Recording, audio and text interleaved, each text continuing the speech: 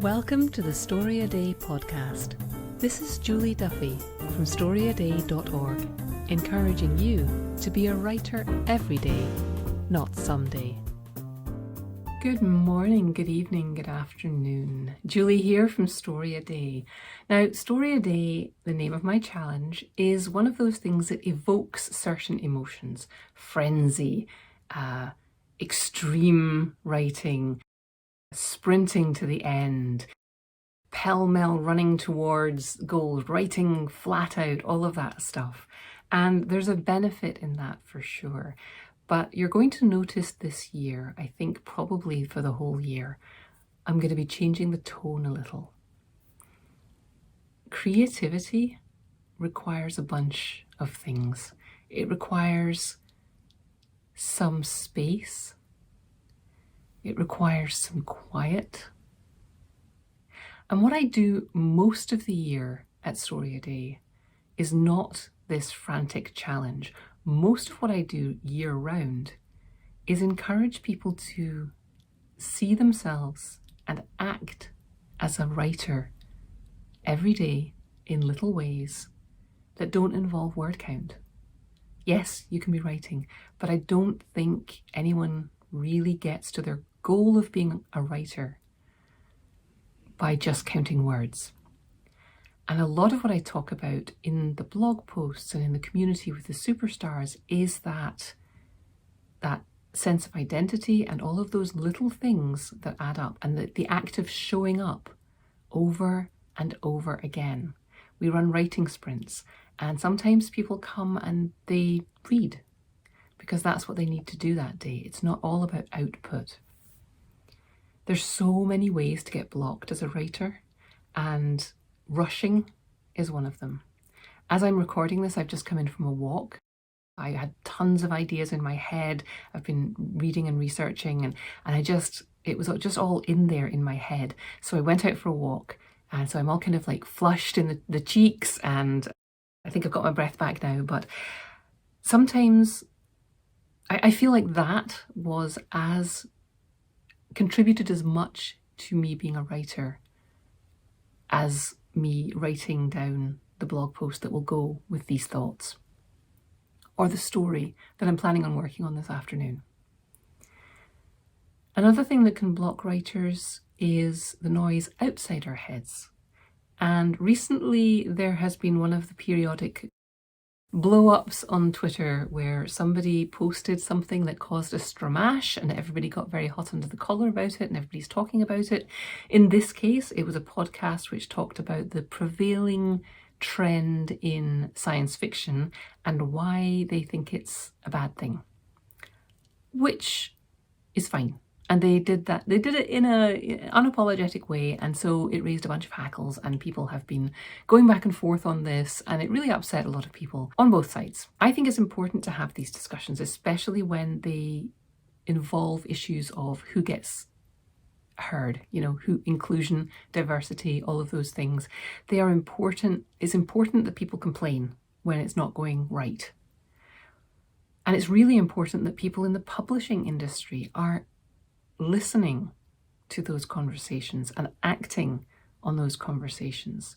And it's probably important that we're aware of them too, because as people's tastes change, the readership is going to be looking for different things. If you are writing unreconstructed military sci-fi with no female characters, you're not going to have a large readership. But does that mean that you shouldn't be writing it? And does that mean that you should be spending all your time on Twitter defending it? I think you know where I'm going with this. We do not change people's minds with facts.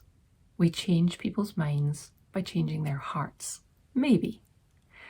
But at the very least, we touch people's hearts by creating characters that they can care about and putting them in situations that get the reader engaged.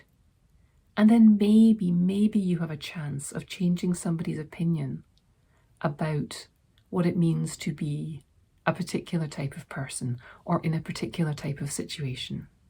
And if you care about changing the world and changing people's hearts and minds, I would argue the best thing you can do is put a timer on yourself when you go into those fora where there are debates, and limit yourself to a quick peek, and then step back and let it inform how you can write a better world into being. It's easier said than done, but it's a lot easier done if you're not upset about the stupidity of everybody else in the world. You know, people who don't see things our way, we tend to wonder why.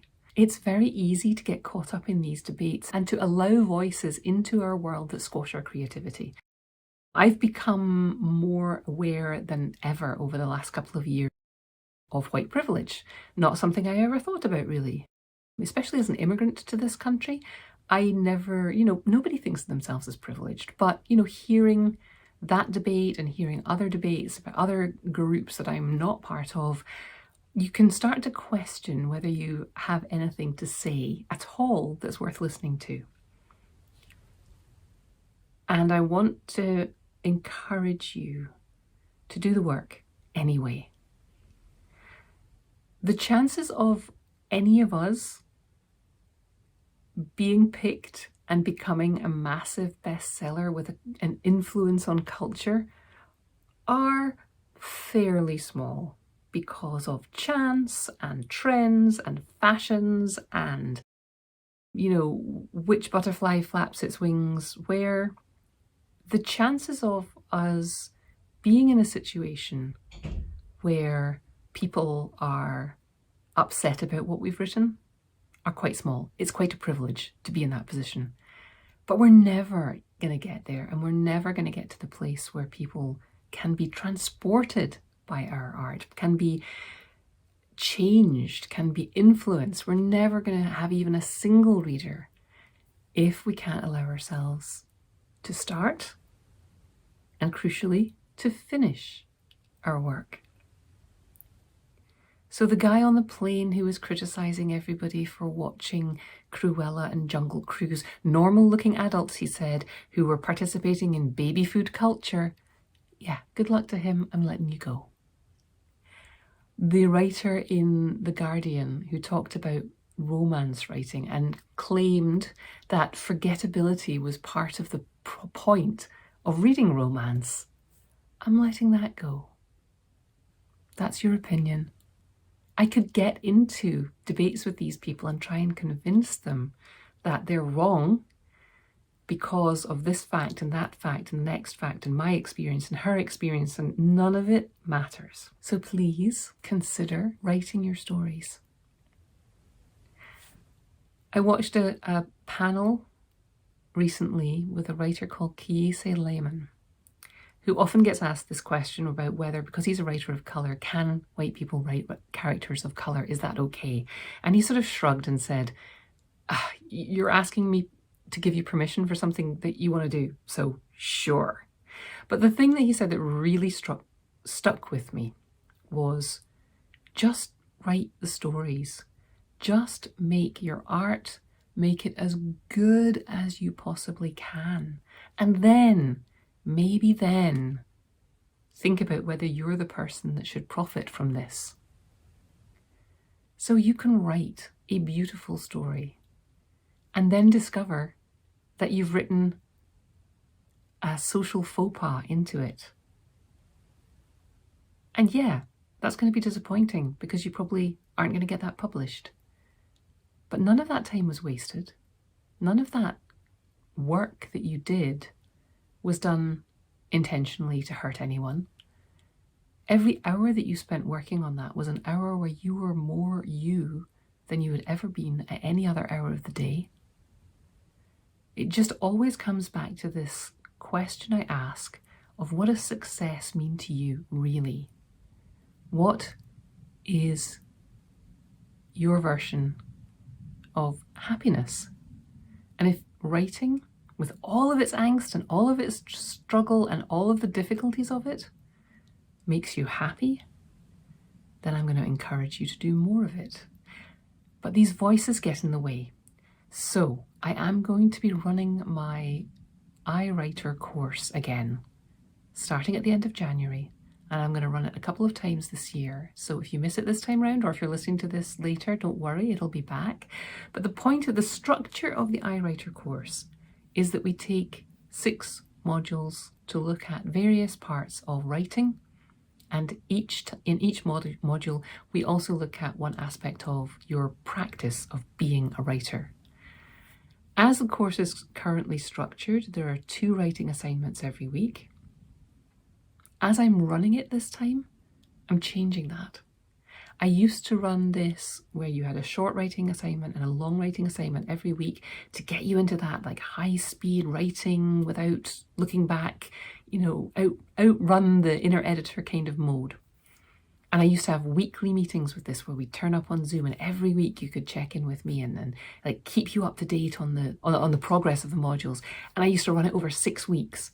And actually I ran it over 3 weeks the first time I ran it, which is insane.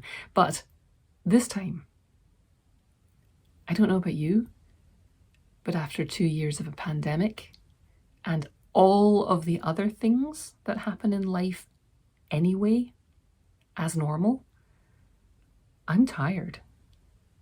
And I think you probably are too.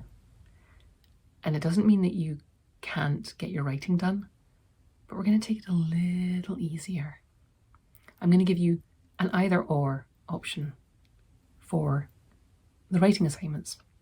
You can either write in week 1 the 100-word story, or you can write the 1,200-word story. And each time you will still have those assignments to come back to whenever you want to. We're going to do fewer live meetings. We'll do a meeting at the beginning of the course. We'll do a meeting in the middle and one at the end, and I'll throw another one in there somewhere. Just so that we get to know each other and we can form that community. And to give you the incentive to do the next module, but not in any kind of, I'm not going to mark you absent. I'm not going to insist that everybody keeps up with the release of the modules.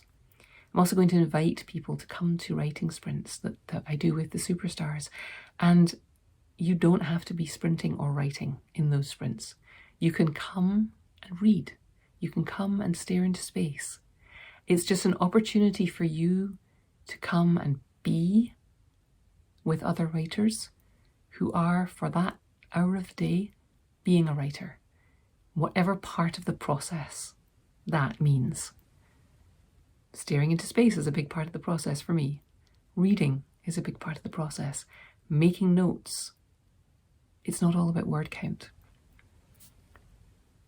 This course is designed to help you become a writer. Yes, you'll come out with some finished story drafts that you can then send out to publications if that's what you're interested in doing.